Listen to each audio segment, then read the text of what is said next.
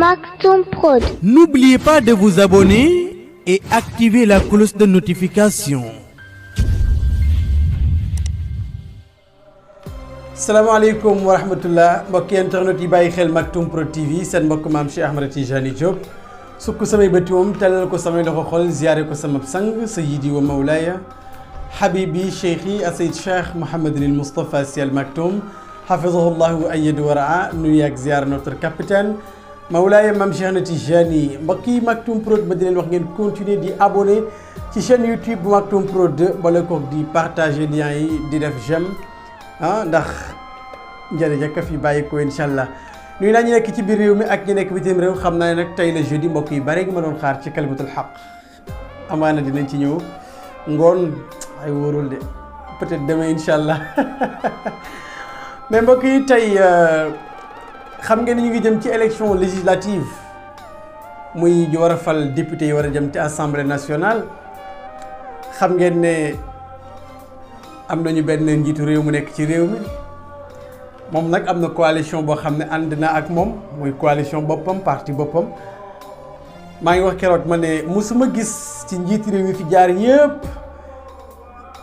koo xam ne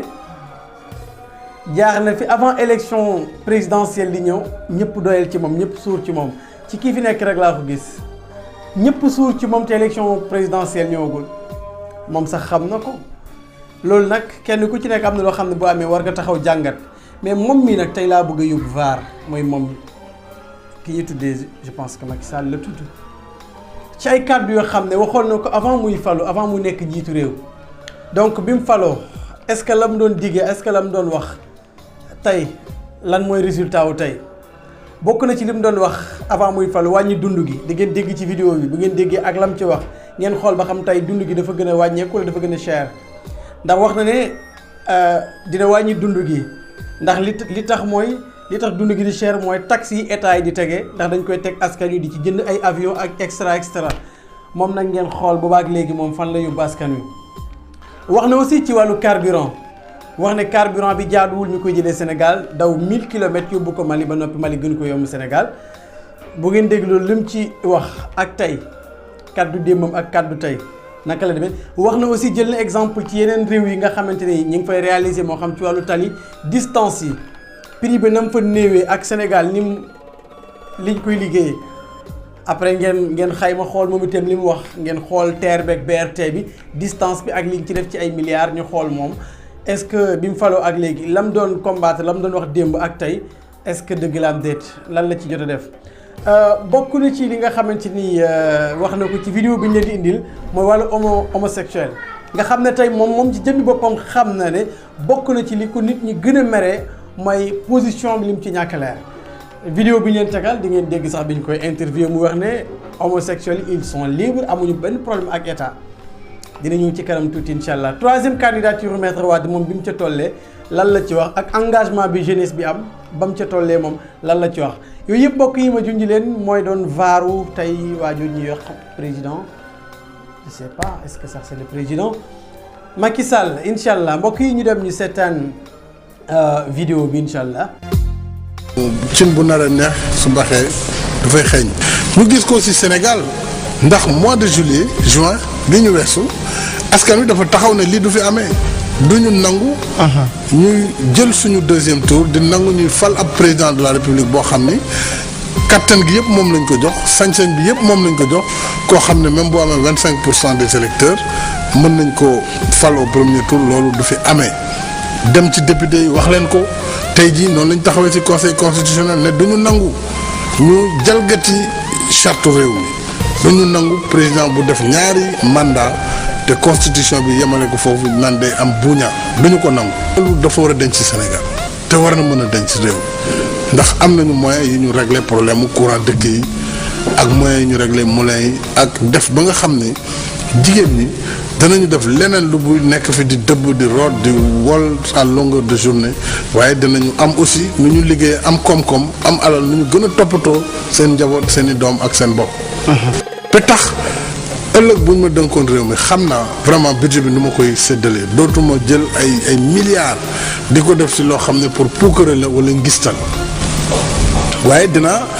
fexe li nga xam ne mooy farata si doomu aadama muy dund gi ñu wàññi njëg yi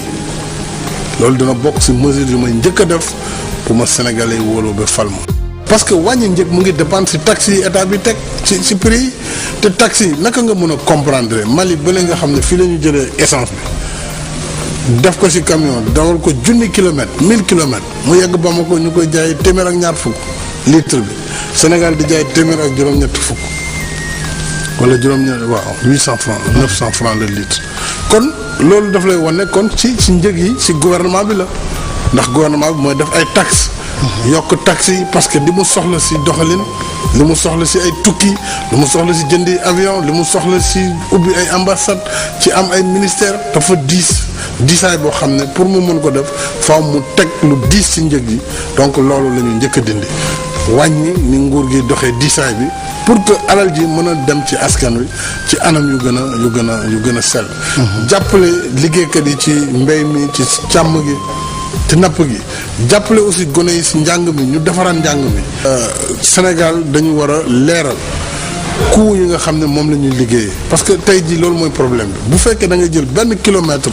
autoroute wala tali muy jar lu toll si juróom benn milliard wala ba fukki milliard kooku problème jaru ko si réew yi nga xam ne ay montagnes ñoo fa nekk jaru ko si réew yi am ndox nga xam ne da ngay def pont wala tunnel si suufu ndox mi jàll parce que loolu mooy tax yoon di cher mais du goudron bi nii rek parce que goudron boo xam ne amul dara lu fi nekk warul jar loolu kon Sénégal war nañu xaymawaat doxalin bi parce que bu fekkee loo war a jëndee benn nga jëndee ko ñaar fukk li nga ci def du bare tey jii boo demee Ségou ci Mali diggante Bamako ak Mali ak Ségou presque 300 kilomètres la daanaka autoroute boo fa nekk 2 fois 2 voies la mu ngi jar presque 175 milliards nga jël Dakar Diamniadio à peu près 33 kilomètres mu ngi si presque 297 milliards wala 300 milliards xam nga loolu yenuwul maanaam donc foofu lay waxee looloo waral ñu war a xoolaat doxalin bi ak luubal bi nu ñuy def ba wàññi ko njëg yi état bi am njëg yu wóor loyer ñu xam ne warul dépasser nangam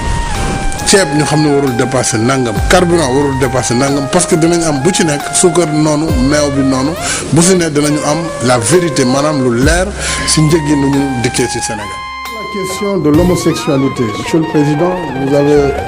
fait un long développement. Et vous avez dit quelque chose d'essentiel. Il y a des principes généraux que toutes les nations peuvent partager. C'est le respect de la personne humaine, c'est la non-discrimination. Mais ces questions, fondamentalement, sont des questions de société. Et qu'il ne saurait y avoir un modèle fixe, applicable pour toutes les nations, pour tous les pays.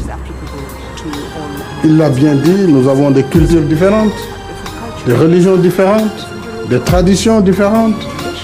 Et même dans les pays où cela est aujourd'hui appliqué, la dépénalisation, le mariage homosexuel, les avis ne sont pas partagés.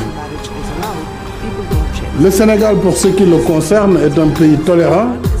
qui ne fait pas de discrimination en termes de traitement sur les droits inaliénables de la personne. On ne dit pas à quelqu'un tu ne seras pas recruté parce que tu es un homosexuel. Tu n'as pas accès à tel emploi parce que tu as une orientation sexuelle autre. Mais on n'est pas prêt à dépénaliser l'homosexualité. Je l'ai dit déjà en Conseil des ministres, c'est l'option du Sénégal pour le moment. Le Sénégal est un pays de droit, c'est clair. C'est un pays qui respecte les droits de l'homme. Mais c'est un pays qui a des lois qui interdisent. En tout cas, ce que le Code a indiqué, c'est en réalité l'exhibition, les relations contre nature du point de vue de la législation. C'est cela qui est mis en œuvre, mais ceux qui ont une orientation sexuelle de leur choix ne sont pas pour autant, ne font pas l'objet d'exclusion. Les homosexuels chez nous. Ça veut dire qu'aujourd'hui, les associations de défense des droits des homosexuels au Sénégal auraient pignon sur rue, la possibilité de s'exprimer, la possibilité de faire campagne, par exemple. Ils sont libres. Ils sont libres. Ils sont libres de le faire. Sans aucune difficulté. Sans ça, je ne sais pas s'ils auront des difficultés ou pas. Pas avec le gouvernement, c'est sûr. Mais est-ce qu'ils n'auront pas de difficultés avec la société? Ça, c'est une autre affaire. Non. touche pas à ma constitution, non à la troisième candidature, oui pour le retrait des décrets portant redécoupage d'un certain nombre de collectivités territoriales. Et enfin, allons aux élections dans la paix et dans la stabilité. jëlaat na boppam gis nañu volonté manifeste bu nguur gi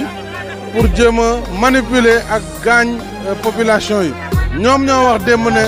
nit ñi mën nañ manifester bi loolu yëpp c'était pour concentrer ñëpp fii bu ko defee police mën a agir loolu nag ñoom dañu provoquer ñëpp gis nañu provocation bi ñu def leader yëpp ak ni taxaw ñu attaqué leen dal seen kaw loolu jaay doole la waaye du tax ñu ngi nii encore taxaw te dinañ taxaw bu loi bi jàllee danañ continuer chaque jour xeex ko woo population yëpp ku ne fa nga nekk nga combattre ko jusqu'au bout. ci taxawaay bi njiitu réew mi jël fas nara nag andi musiba ci réewum Sénégal ndax fi mu nekk li muy def moom mooy def coup d'état constitutionnel mooy def force bi pour imposer réew mi loo xam ne réew mi du ko nangu tey du ko nangu ëllëg te it ñëpp décidé nañu taxawal benn front républicain maanaam muy parti muy syndicat muy société civile muy citoyen tout court ñëpp war nañu taxaw pour dire non parce que lu ëpp tuuru te lii ëpp na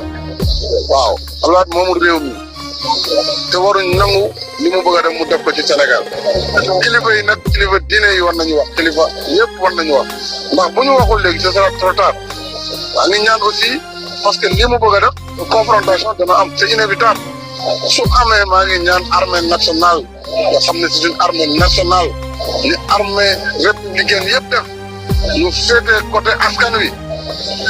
ndax bu fekkee ordre c'est illégal c'est illégitime kenn waru ko exécuter waxatuma la ak naan dañuy jéem a boom wala di bunduxatal population yi te population yi dinañ taxaw faire face à Wade c'est clair donc ñu ngi ñaan na retirer son projet là ba nga xam ne amul bopp amul genn. ndaw ñi tey wane nañ jàmbaar wane nañ fit wane nañ ne Sénégal du lu neex waaye def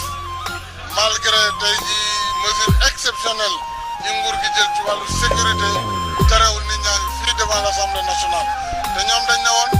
nit ñi mën nañ manifester loolu yëpp dañ ko defoon pour rek concentrer ñëpp fii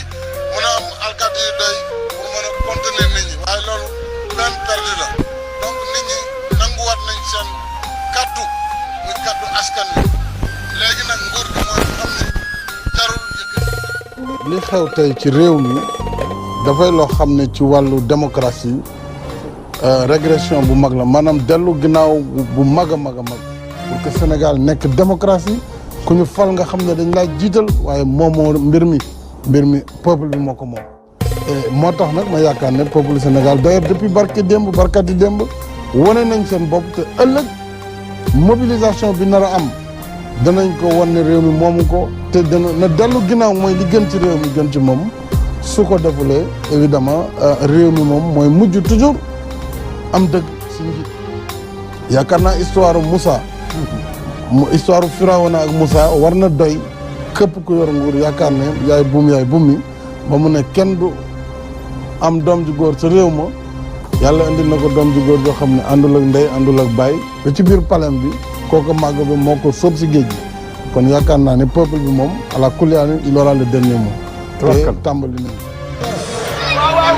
candidature pour un troisième mandat tax fukki doomu réew mi ak lu teg ñàkk fi seen bakkan signal la boo xam ni bu ñu si jógulee bu ëllëgee daañu am lu ñu metti suñu réew. il faut mu mesurer conséquences actes yi ñu posé réew mi mënuñu nangu li mu bëgg a def réew mi mënuñu nangu il faut nangu su fekkee ne mu ngi persister bu bëgg ne dina jalgati constitution pour que président de la république bi ñu fas yéene fal bu supprimer second tour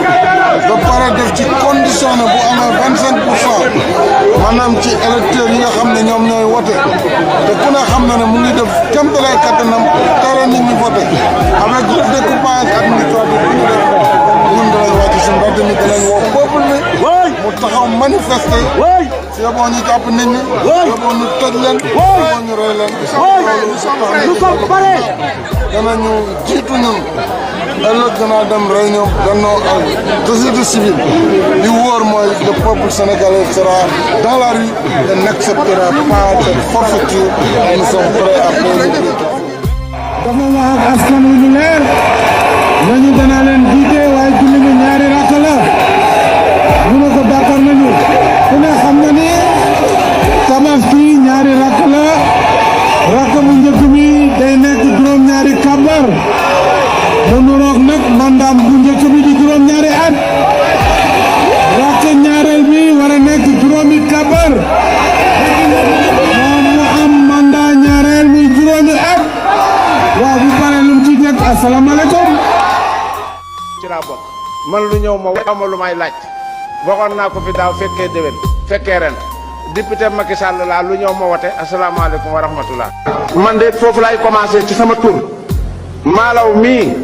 député Macky Sall la man député Macky Sall laa kon ñu ne li ñu sant dañ koy def 100% waaw fii loi bu fi Macky Sall indi xëy na yéen a koy xool man du ma ko xool man buñ ne wote la rek ma yëkkati sama loxo. pharmacie Al Maktoum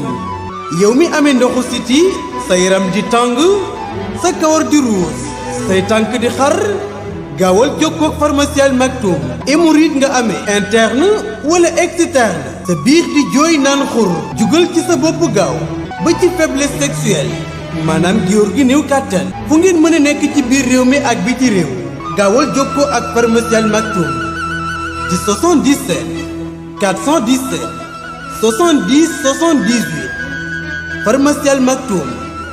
ñëw ngir saafara jàngoro askan wi woote leen gaaw ci 77 417 70 78 pharmacie Al Maktoum nuurun ala nuur.